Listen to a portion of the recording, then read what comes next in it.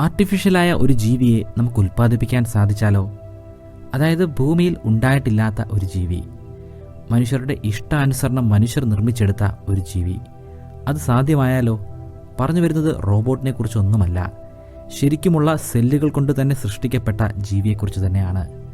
ഈ ജീവിക്ക് പ്രത്യേകിച്ച് പേരൊന്നുമില്ല, പക്ഷേ ഇതുകൊണ്ട് നമുക്ക് ചില പ്രയോജനങ്ങളുണ്ട്.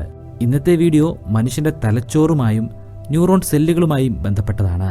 ഈ രണ്ട് മേഖലയിലും നടത്തിയിട്ടുള്ള ഏറ്റവും പുതിയ പഠന ഫലങ്ങളിലൂടെയാണ് നമ്മൾ ഈ വീഡിയോയിലൂടെ കടന്നു പോകുന്നത്. ഭൂമിയിൽ ജീവിച്ചിരിക്കുന്ന തവളകളുടെ സെല്ലുകൾ ഉപയോഗിച്ച്, പ്രത്യേകിച്ചും സ്റ്റെം സെല്ലുകൾ ഉപയോഗിച്ച് ഒരു ആർട്ടിഫിഷ്യൽ ലൈഫ് ഉണ്ടാക്കുന്നതിനെക്കുറിച്ച് മുൻപൊരു വീഡിയോ നമ്മൾ ചെയ്തിട്ടുള്ളതാണ്. പക്ഷേ അതിൽ നിന്നും തീർത്തും വിഭിന്നമായ ഒരു കണ്ടെത്തലിനെ കുറിച്ചാണ് നമുക്ക് ആദ്യം പറയാനുള്ളത്. ഇവിടെ ഉപയോഗിച്ചിരിക്കുന്നതും ഓൾറെഡി ജീവനുള്ള രണ്ട് ജീവജാലങ്ങളുടെ എംബ്രിയോണിക് സെല്ലുകൾ തന്നെയാണ്. അതിൽ ഒരു ജീവി മനുഷ്യൻ തന്നെയാണ്, രണ്ടാമത്തെ ജീവി എലികളാണ്. രണ്ടിൻ്റെയും സെല്ലുകൾ നമ്മൾ എടുത്തു. ആ സെല്ലുകൾ കൊണ്ട് ന്യൂറോണിൻ്റെ ഒരു വലിയ നെറ്റ്വർക്ക് തന്നെ സൃഷ്ടിച്ചിരിക്കുകയാണ്. 8 ലക്ഷം ന്യൂറോൺ സെല്ലുകളാണ് ഇതിലുള്ളത്. ഇതിനോടൊപ്പം ചേർത്തിരിക്കുന്നത് ഒരു ഇലക്ട്രോണിക് ഡിവൈസ് അല്ലെങ്കിൽ ഇലക്ട്രോണിക് ചിപ്പാണ്. അതുകൊണ്ട് ഒരു കാര്യമുണ്ട്, എന്തെങ്കിലും കാര്യങ്ങളെ സെൻസ് ചെയ്യാനായി ഈ ഇലക്ട്രോണിക് ചിപ്പ് നമുക്ക് ഉപയോഗിക്കാൻ സാധിക്കും. ഉദാഹരണത്തിന് നല്ല ചൂട് വരികയാണ്, ആ ചൂടിനെ തിരിച്ചറിയാനും അതിനനുസരിച്ച് പ്രതികരിക്കാനും ജീവനുള്ള ജീവജാലങ്ങൾക്ക് സാധിക്കും. പക്ഷേ ജീവനില്ലാത്ത നമ്മൾ പുതുതായി ഉൽപ്പാദിപ്പിച്ചെടുക്കുന്ന ഒരു ജീവി, ആ ജീവിക്കും അതിനെ സെൻസ് ചെയ്യാൻ സാധ്യമാകണം. ഇവിടെ അത് സാധ്യമാക്കുന്നത് ഈ സിലിക്കൺ കൊണ്ട് നിർമ്മിച്ചിട്ടുള്ള മൈക്രോ ചിപ്പാണ്. ആ ചിപ്പിലേക്ക് കണക്ട് ചെയ്തിരിക്കുന്നത് ആദ്യം പറഞ്ഞ 8 ലക്ഷം സെല്ലുകളോളം വരുന്ന ന്യൂറോണിൻ്റെ ഒരു നെറ്റ്വർക്ക് തന്നെയാണ്. അങ്ങനെയൊരു ആർട്ടിഫിഷ്യൽ ലൈഫ് നമ്മൾ നിർമ്മിച്ചു കഴിഞ്ഞിരിക്കുന്നു. അതിൻ്റെ ഫലവും ശരിക്കും ഞെട്ടിക്കുന്നത് തന്നെയാണ്. ആ ഒരു ജീവജാലത്തെ ഉപയോഗിച്ച് നമുക്കൊരു ഗെയിം കളിക്കാൻ സാധ്യമായി. നമ്മളെല്ലാവരും കളിക്കുന്ന ഒരു ഗെയിം തന്നെയാണ് പോങ് എന്ന പേരിൽ അറിയപ്പെടുന്ന ഒരു ഗെയിം. ഗെയിമിലൊന്നുമില്ല, ഒരു പന്താണ്.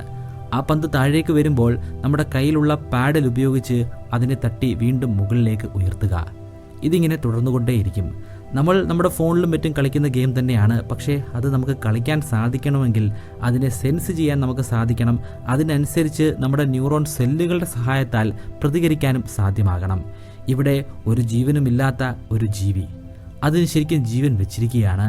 ആ ജീവി അത് സ്വയം കാര്യങ്ങൾ മനസ്സിലാക്കി സ്വയം ഗെയിം കളിക്കുകയാണ്. അത് വലിയൊരു വിജയമായി മാറുകയും ചെയ്തു. ഇതുമായി ബന്ധപ്പെട്ട് ഒരു ശാസ്ത്ര ഗവേഷണം തന്നെ പ്രസിദ്ധീകരിക്കപ്പെടുകയും ചെയ്തിട്ടുണ്ട്. ഇതിൽ നിന്നും മനസ്സിലാക്കാൻ സാധിക്കുന്ന ഒരു കാര്യം, നമുക്ക് ന്യൂറോൺ സെല്ലുകളുടെ ഒരു ശൃംഖല ഉണ്ടാക്കാൻ സാധിക്കുകയാണെങ്കിൽ, അതിലേക്ക് സെൻസറുകൾ ഘടിപ്പിക്കാൻ സാധിക്കുകയാണെങ്കിൽ, ആ ന്യൂറോൺ സെല്ലുകൾ ഉപയോഗിച്ച് നമുക്ക് പ്രതികരിക്കാൻ സാധിക്കുന്നു. ആ ജീവിക്ക് പ്രതികരണ ശേഷി ഉണ്ടാകുന്നു, അല്ലെങ്കിൽ അത് ശരിക്കുമുള്ള ഒരു ജീവിയായി മാറുന്നു. ഇതുകൊണ്ട് എന്ത് പ്രയോജനമാണ് മനുഷ്യനുള്ളത്? വലിയ പ്രയോജനം തന്നെയാണ്. നമുക്കറിയാം പുതിയ മരുന്നുകളുടെ കണ്ടെത്തലുകളെക്കുറിച്ച്. ഓരോ വർഷവും പലതരത്തിലുള്ള അസുഖങ്ങൾ വന്നു പോയിക്കൊണ്ടിരിക്കുകയാണ്. അതുകൊണ്ട് തന്നെ പുതിയ തരത്തിലുള്ള മരുന്നുകൾ അത്യാവശ്യമാണ്, പ്രത്യേകിച്ചും ആൻറ്റിബയോട്ടിക്കുകൾ അല്ലെങ്കിൽ വാക്സിനുകൾ. അവയൊക്കെ എങ്ങനെയാണ് നമുക്ക് പരീക്ഷിക്കാൻ സാധിക്കുന്നത്? നിലവിൽ നമ്മൾ ഏതെങ്കിലും ഒരു ജീവജാലത്തിൽ പരീക്ഷിക്കുന്നു. അതിൻ്റെ ഫലം ലഭ്യമായതിനു ശേഷം മറ്റ് കമ്പ്യൂട്ടർ സിമുലേഷനുകൾ ഉപയോഗിച്ച് പരീക്ഷണങ്ങൾ നടത്തുന്നു. അത് കഴിഞ്ഞാലും മനുഷ്യനിൽ ഇത് ആദ്യമായി പരീക്ഷിക്കേണ്ടതായിട്ടുണ്ട്. ശരിക്കും എത്തിക്കലി ശരിയായ ഒരു കാര്യമല്ല. സ്വയം തീരുമാനമെടുത്ത് മുന്നോട്ട് വരുന്ന ആളുകളുണ്ട്, പക്ഷേ അവരെ എപ്പോഴും ആശ്രയിക്കാൻ സാധിക്കുകയില്ല. ചില മരുന്നുകളൊക്കെ മാരകമായിട്ടുള്ള ആഫ്റ്റർ എഫക്റ്റുകളായിരിക്കും സൃഷ്ടിക്കുന്നത്. അവരെ രക്ഷിക്കാനായി നമുക്ക് സാധിക്കും, അല്ലെങ്കിൽ നമ്മളെ രക്ഷിക്കാൻ നമുക്ക് തന്നെ സാധിക്കും. അതിന് ഇപ്പോൾ കണ്ടെത്തിയിരിക്കുന്ന ഈ ഒരു സിസ്റ്റം ഉപയോഗിച്ചാൽ മതിയാകും. ഇവിടെ ന്യൂറോണിൻ്റെ ഒരു ശൃംഖലയുണ്ട്, അതിനോടൊപ്പം തന്നെ ഒരു മൈക്രോ ചിപ്പും ഉണ്ട്. നമുക്ക് ഉപയോഗിക്കാൻ സാധിക്കുന്ന മരുന്നിനെ ഈ മൈക്രോ ചിപ്പിലേക്ക് ഫീഡ് ചെയ്താൽ മതിയാകും. മരുന്നിനനുസരിച്ച് എങ്ങനെയാണ് ആ ന്യൂറോൺ സെല്ലുകൾ പ്രതികരിക്കുന്നതെന്ന് പെട്ടെന്ന് തന്നെ നമുക്ക് മനസ്സിലാക്കാൻ സാധിക്കും.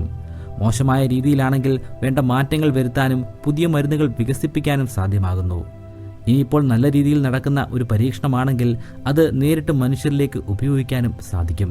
നിലവിലുള്ള സാധ്യമല്ല, നിലവിലുള്ള പ്രോട്ടോക്കോൾ അതിന് എതിരാണ്.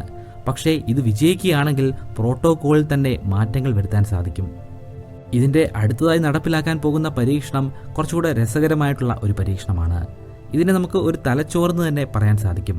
ഒരു ജീവി എന്ന് പറയുന്നതിനേക്കാൾ നല്ലത് തലച്ചോറ് തന്നെയാണ്. 8 ലക്ഷം ന്യൂറോണുകൾ കൊണ്ട് സൃഷ്ടിക്കപ്പെട്ട ഒരു തലച്ചോറ്. ഈ തലച്ചോറ് മദ്യപിക്കുകയാണെങ്കിൽ എന്തൊക്കെ മാറ്റങ്ങളായിരിക്കാം സംഭവിക്കുന്നത്? അതിൻ്റെ ഫലങ്ങൾ നമുക്ക് ലഭ്യമായിട്ടില്ല. അതാണ് ഇതിൻ്റെ അടുത്ത ലെവലിലുള്ള പരീക്ഷണം. കുറെ കൂടെ ഞെട്ടിക്കുന്ന തരത്തിലുള്ള കണ്ടെത്തലുകളാണ് സ്റ്റെം സെല്ലുകൾ ഉപയോഗിച്ച് അടുത്തതായി കൊണ്ടുവന്നിരിക്കുന്നത്. ഇത് ശരിക്കും മനുഷ്യരാശിക്ക് അനിവാര്യമായിട്ടുള്ള ഒരു കണ്ടെത്തൽ തന്നെയാണ്. നമുക്കറിയാം, പൂർണ്ണമായിട്ടും തലച്ചോറ് വികസിച്ചിട്ടില്ലാത്ത ഒരുപാട് ആളുകൾ നമ്മുടെ ചുറ്റുപാടുമുണ്ട്.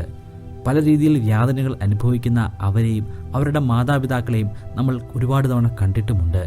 എന്നാൽ അതിനൊരു പരിഹാര മാർഗം ഉണ്ടാവുകയാണെങ്കിലോ, അതുമല്ലെങ്കിൽ ഷീസോഫ്രീനിയ പോലുള്ള അസുഖങ്ങൾ ബാധിച്ച് ജീവിതം ദുസ്സഹമായി മുന്നോട്ട് കൊണ്ടുപോകുന്ന ആളുകളുമുണ്ട്. അവർക്കും ഉചിതമായിട്ടുള്ള ഒരു ചികിത്സാ മാർഗമായി മാറ്റുന്ന ഒരു പ്രക്രിയയാണിത്. ഈ പ്രക്രിയയിലൂടെ ശരിക്കും അവരുടെ തലച്ചോറ് പൂർണ്ണമായിട്ടുള്ള വളർച്ചയിലേക്ക് എത്തിക്കുന്നു. നിലവിൽ അത് സാധ്യമല്ല. പക്ഷേ ഈ ഒരു വിദ്യ ഫലപ്രദമായി മാറുകയാണെങ്കിൽ അത് വിപ്ലവകരമായിട്ടുള്ള ഒരു മാറ്റമായിരിക്കും മനുഷ്യരാശിക്ക് തന്നെ സമ്മാനിക്കാൻ പോകുന്നത്. ഇവിടെ നമ്മൾ ഉപയോഗിക്കുന്നത് സ്റ്റെം സെല്ലുകൾ തന്നെയാണ്. കുറേയധികം സ്റ്റെം സെല്ലുകൾ കൂട്ടിയോജിപ്പിക്കപ്പെട്ടു കഴിഞ്ഞാൽ പിന്നെ അവ സ്റ്റെം സെല്ലുകളല്ല, ഓർഗനോയിഡാണ്.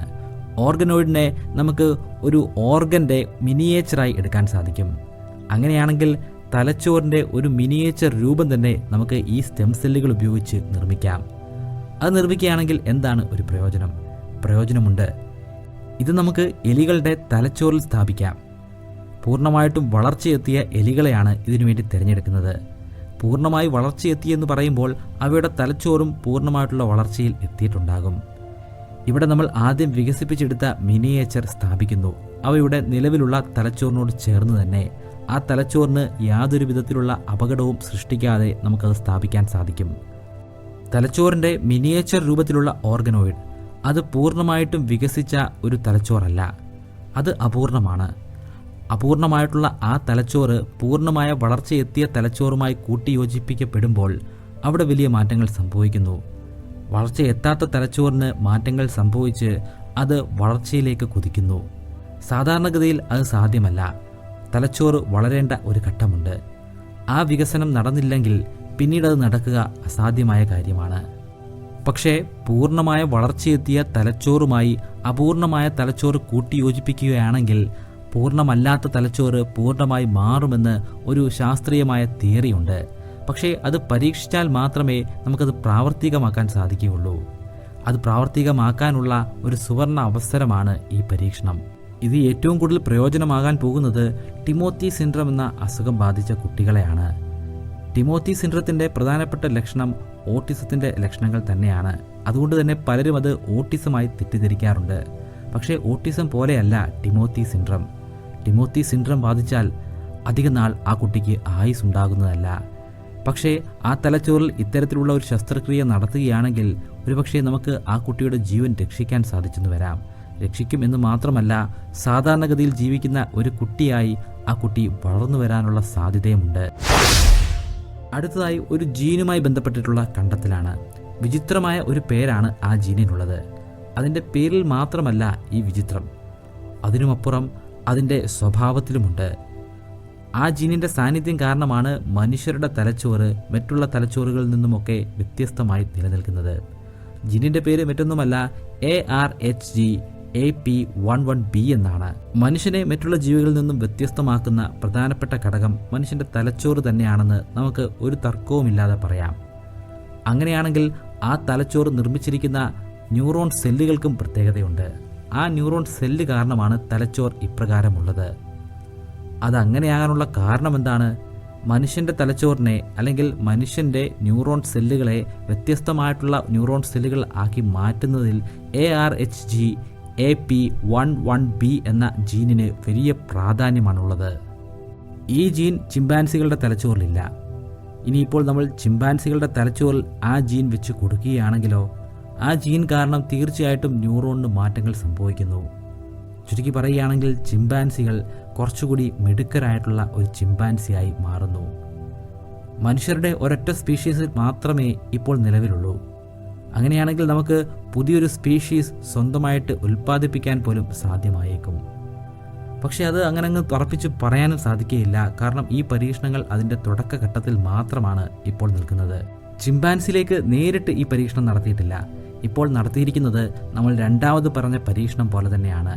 നമ്മൾ സ്റ്റെം സെല്ലുകൾ ഉപയോഗിച്ചിട്ട്, അതായത് ചിമ്പാൻസികളുടെ സ്റ്റെം സെല്ലുകൾ ഉപയോഗിച്ചിട്ട് ചിമ്പാൻസികളുടെ ഓർഗനോയിഡ് അല്ലെങ്കിൽ മിനിയേച്ചർ ബ്രെയിൻ നിർമ്മിച്ചു. ആ ബ്രെയിനിലാണ് ARHGAP11B എന്ന ജീൻ ഘടിപ്പിച്ചിരിക്കുന്നത്. ഇതിൻ്റെ പഠന രീതിയും പഠന ഫലങ്ങളും മറ്റും ഒരു ശാസ്ത്ര പ്രബന്ധത്തിൽ തന്നെ പബ്ലിഷ് ചെയ്തു വന്നിട്ടുണ്ട്.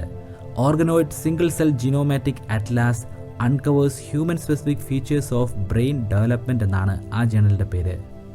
പ്രബന്ധമനുസരിച്ച് പഠനഫലം പോസിറ്റീവായിട്ടുള്ള ഒരു റെസ്പോൺസ് തന്നെയാണ് നമുക്ക് നൽകിയിരിക്കുന്നത്. ഒരു ചിമ്പാൻസിയെ മനുഷ്യനെ പോലെ ചിന്തിക്കുന്ന, ഒരുപക്ഷെ മനുഷ്യനേക്കാൾ മികച്ച രീതിയിൽ ചിന്തിക്കുന്ന ഒരു ജീവിയാക്കി മാറ്റിയെടുക്കാൻ നമുക്ക് സാധ്യമാകും. എന്നാൽ കുറച്ചുകൂടെ രസകരമായിട്ടുള്ള ഒരു പരീക്ഷണം ഇതുമായി ബന്ധപ്പെട്ടിട്ട് പിന്നെയും നടന്നിട്ടുണ്ട്. അവിടെ നേരെ തിരിച്ചുള്ള കാര്യമാണ് അവർ നടപ്പിലാക്കിയത്. ഒരു മനുഷ്യനെ തിരിച്ച് ചിമ്പാൻസിയാക്കാൻ സാധിക്കുമോ, അല്ലെങ്കിൽ ചിമ്പാൻസിയെ പോലെ ചിന്തിക്കുന്ന ഒരു വ്യക്തിയാക്കി മാറ്റാൻ സാധിക്കുമോ? അവിടെ നമ്മൾ ഓർഗനോയിഡ് തന്നെ സൃഷ്ടിച്ചു. മനുഷ്യരുടെ സ്റ്റെം സെല്ലുകൾ ഉപയോഗിച്ചിട്ട് നമ്മൾ ഓർഗനോയിഡ് സൃഷ്ടിച്ചു. ആ ഓർഗനോയിഡ് അല്ലെങ്കിൽ ആ മിനിയേച്ചർ ബ്രെയിൻ, അവിടെ നമ്മൾ ഈ ഒരു ജീനിനെ ഒഴിവാക്കി കൊടുത്തു. അങ്ങനെ ഒഴിവാക്കി കൊടുത്തപ്പോൾ ഞെട്ടിക്കുന്ന റിസൾട്ടാണ് നമുക്ക് ലഭ്യമായത്. എങ്ങനെയാണോ ചിമ്പാൻസികളുടെ തലച്ചോറുള്ളത്, അപ്രകാരം മനുഷ്യൻ്റെ തലച്ചോറിനെ മാറ്റിയെടുക്കാൻ സാധ്യമായി. ശരിക്കുമുള്ള മനുഷ്യനിലല്ല ഈ പരീക്ഷണം നടത്തിയത്, ഓർഗനോയിഡിൽ തന്നെയാണ്. പക്ഷേ അത് കൃത്യമായിട്ടുള്ള ഒരു ഫലമാണ് നമുക്ക് കാണിച്ചു തന്നിരിക്കുന്നത്. അതിൻ്റെ അർത്ഥം മനുഷ്യനെ ചിമ്പാൻസിയാക്കാനും ചിമ്പാൻസിയെ മനുഷ്യനാക്കാനും സാധിക്കുമെന്ന് തന്നെയാണ്. പക്ഷേ ഇതൊക്കെ തിയറികളുടെയും പ്രാക്ടിക്കലായിട്ടുള്ള ചില ടെസ്റ്റുകളുടെയും അടിസ്ഥാനത്തിൽ മാത്രമാണ്. മനുഷ്യരിൽ ശരിക്കും പ്രയോഗിക്കാൻ നമുക്ക് സാധ്യമായിട്ടില്ല. നിലവിലുള്ള നിയമങ്ങൾ അനുസരിച്ച് ഇപ്പോൾ അത് സാധിക്കത്തുമില്ല. ഈ കണ്ടെത്തൽ ശരിക്കും നമുക്ക് പറഞ്ഞു തരുന്നത് നമ്മളെക്കുറിച്ച് തന്നെയാണ്. ശരിക്കും ആരാണ് നമ്മൾ? നമുക്കെല്ലാവർക്കും പേരുകളുണ്ട്. എന്നാൽ ആ പേരുകളുടെ ഉള്ളിലുള്ള വ്യക്തി, നാം എന്ന വ്യക്തി ആരാണ്? നമ്മൾ എന്തുകൊണ്ടാണ് മറ്റുള്ള ജീവജാലങ്ങളിൽ നിന്നും വ്യത്യസ്തമായി നിൽക്കുന്നത്? എന്തുകൊണ്ടാണ് ഈ ഭൂമിയെ ഭരിക്കാൻ നമുക്ക് സാധ്യമാകുന്നത്? നമ്മുടെ പക്കലുള്ള ആ സ്പെഷ്യൽ ടൂൾ അതെന്താണ്? ഒരുപാട് ഉത്തരങ്ങൾ അതിനുണ്ടാകും. പക്ഷേ അതിൻ്റെ പ്രധാനപ്പെട്ട ഒരു ഉത്തരത്തിലേക്ക് നമ്മളിപ്പോൾ എത്തിച്ചേർന്നു എന്ന് പറയാം. അതുമാത്രമല്ല ഉത്തരം. ഒരുപാട് ഉത്തരങ്ങളിൽ ഒരു പ്രധാനപ്പെട്ട ഉത്തരം അതാണെന്ന് മാത്രം. നമ്മൾ ചിന്തിക്കുന്നതിനും അപ്പുറമാണ് നിലവിൽ തലച്ചോറുമായി ബന്ധപ്പെട്ട് നടന്നുകൊണ്ടിരിക്കുന്ന പഠനങ്ങൾ.